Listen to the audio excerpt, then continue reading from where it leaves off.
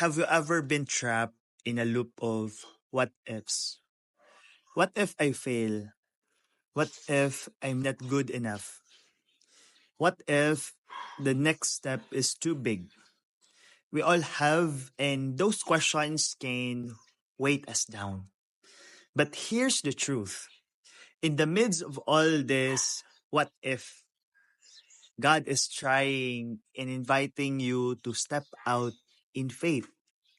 He isn't asking you to have every answer.